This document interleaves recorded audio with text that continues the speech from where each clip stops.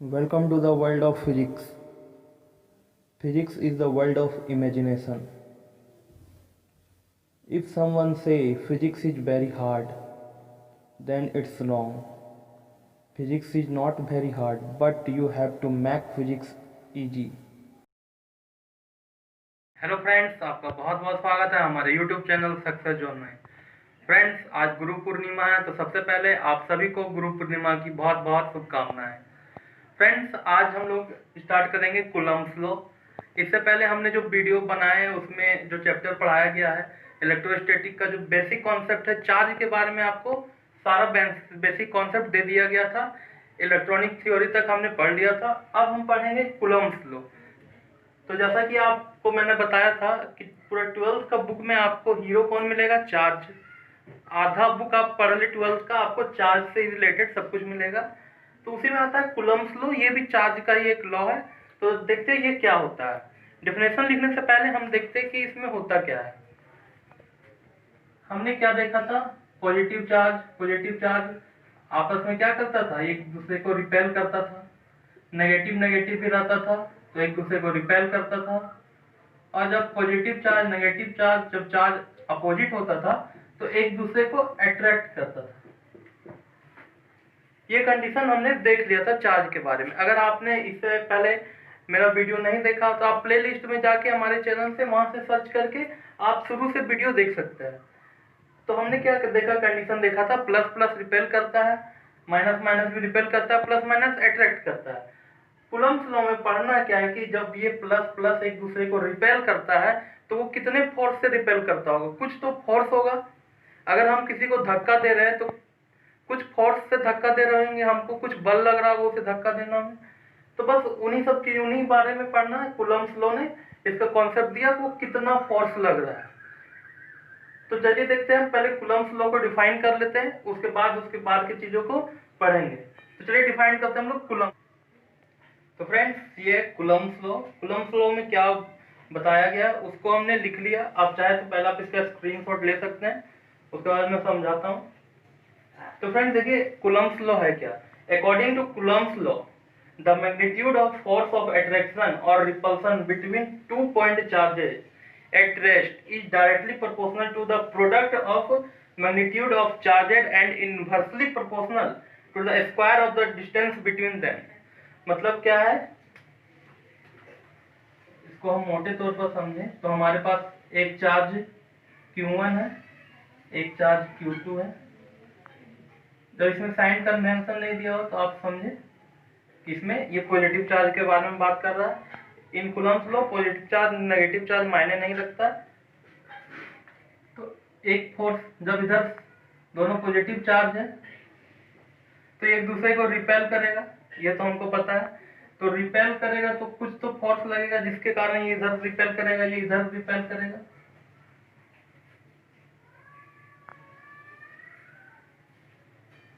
तो Coulomb's law ने क्या बताया? जो रिपल्सन होगा या तो अट्रैक्शन पॉजिटिव है, इसलिए ये यहाँ पे रिपल्सन हो रहा है। प्लस माइनस रहता तो अट्रैक्शन होता। तो जो फोर्स लग रहा है यहाँ पे रिपेल करने में, जो फोर्स लग रहा है यहाँ पे रिपेल करने में, तो कंडीशन क्या बोल रहा है? कूलम्ब्स लॉ के अनुसार क्या बोल रहा है कि जो फोर्स लगेगा वो डायरेक्टली प्रोपोर्शनल होगा प्रोडक्ट के चार्ज के प्रोडक्ट के। मीन्स क्या होगा? F जो होगा Q1 और Q2 का डायरेक्टली प्रोपोर्शनल होगा के प्रोडक्ट का। ये हमने यहाँ पे देखा, लिखा हुआ है कूलम्ब्स लॉ में। उसके बाद अगर लॉ में हम आगे बढ़ते हैं तो और क्या बताया गया? उसके बाद बताएगा F is inversely proportional to R²। Means ये Q1 Q2 अगर सेपरेटेड एक डिस्टेंस है, कितना डिस्टेंस है? R डिस्टेंस है। तो मीन्स जब भी R जो इसका डिस्टेंस है वो जब बढ़ेगा तो फोर्स घटेगा। ये तो यूनिवर्सल लॉ है कि जब भी दूरी बढ़ता है तो फोर्स घटता है। तो ये दो कंडीशन निकल के आता है कूलम्ब्स लॉ से। पहला कंडीशन क्या आता है? F is directly proportional to Q1 Q2 और सेकंड है F is inversely proportional to R। F जो है R के इनवर्सली प्रोपोर्शनल है, यही कूलम्ब्स लॉ है मोटे तौर पर। तो फिर देखते जब इसको हम ड्राइव करते हैं आगे तो क्या होता है। तो आप चाहे तो यहाँ तक आप स्क्रीनशॉट लेके नोट कर सकते हैं। आपको मैंने फर्स्ट वीडियो में भी बताया था कि आपको साथ में कॉपी पेन लेके बैठना, आपको कुछ कुछ छोटी छोटी बातें आपको नोट करते जाना। तो उससे होगा क्या, उससे आपको यही प्रॉफिट होगा कि जो ऑप्शनल क्वेश्चन आते हैं उसके लिए आपका प्रिपरेशन अलग से नहीं करना पड़ेगा, आप साथ साथ में कुछ छोटे छोटे टर्म लिखते जाएंगे, उससे आपका वो प्रिपरेशन हो जाएगा। तो हमने देखा ये कूलम्ब्स लॉ में ये बताया गया। अब इससे आगे हम ड्राइव करते हैं, इसी से आगे कूलम्ब्स लॉ के बारे में, तो देखते हैं क्या होता है। तो फ्रेंड देखते हैं हम इसके आगे ड्राइव करते हैं तो क्या होता है। ये Q1 Q2 पॉइंट चार्ज है, ऐसा नहीं कि बड़ा चार्ज है, ये पॉइंट चार्ज है। तो हमने क्या देखा था कंडीशन अभी, F डायरेक्टली प्रोपोर्शनल किसके होता था, Q1 और Q2 के प्रोडक्ट के। उसके बाद एक और कंडीशन था, ये इनवर्सली प्रोपोर्शनल था R के। जैसे जैसे डिस्टेंस बढ़ेगा वैसे वैसे फोर्स कम होता जाएगा। तो इसको हम सिंप्लीफाई करते हैं, तो एक मान लीजिए इसको इक्वेशन 1, इसको इक्वेशन 2, जब इसको हम इक्वेशन 1 इक्वेशन 2 को एक साथ लाते तो क्या होगा, Q1 Q2 bye R square, हम यही लिख सकते हैं। अब ये जब हमको पता है, जब भी हम प्रोपोर्शनल का साइन हटाते हैं तो उसके जगह क्या आता है, कांस्टेंट, उसके जगह इक्वल टू आता है और उसके साथ में एक कांस्टेंट आता है।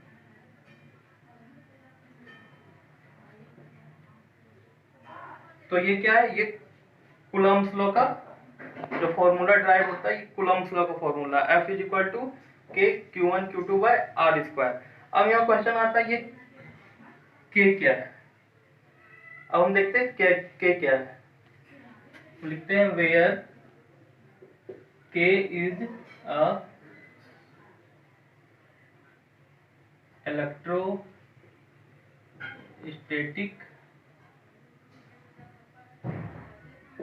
K क्या है, K इलेक्ट्रोस्टैटिक कांस्टेंट है। K का वैल्यू हम देखते हैं, तो K का वैल्यू क्या है, 9 इंटू 10⁹ न्यूटन मीटर स्क्वायर पर कूलम्ब स्क्वायर। ये K का वैल्यू, इसको याद रखिएगा, इसको न्यूमेरिकल में इसका यूज बहुत सारा होता है। अब इसको हम और आगे अगर ड्राइव करें कि K का वैल्यू इतना 9 into 10⁹ newton metre square centi per coulomb square कैसे आता है, तो हम देखते हैं K is equal to 1/4 pi epsilon, ये ई नहीं है एप्सिलॉन। तो K का वैल्यू हमने देखा 1/4 पाई एप्सिलॉन, इसको ई नहीं बोलते, इसको एप्सिलॉन बोलते हैं। एप्सिलॉन क्या होता है, ये होता है परमिटिविटी।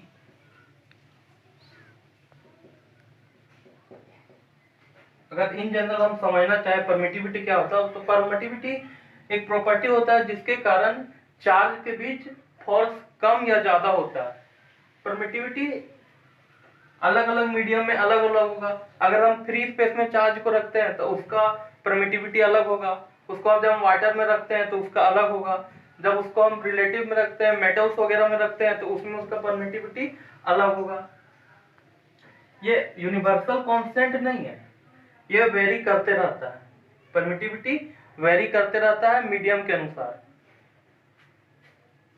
तो यहां से अगर हम अब देखते हैं, यहां से सॉरी अब रब करते हैं यहाँ से,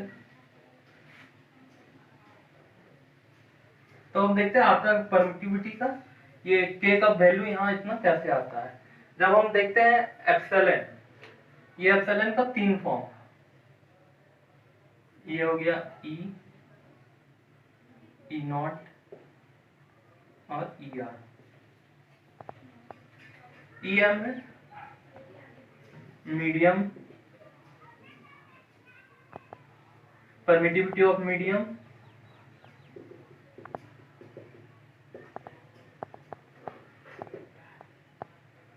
एप्सिलॉन नॉट ये फ्री स्पेस या एयर या वैक्यूम के लिए, और ER यह है रिलेटिव परमिटिविटी।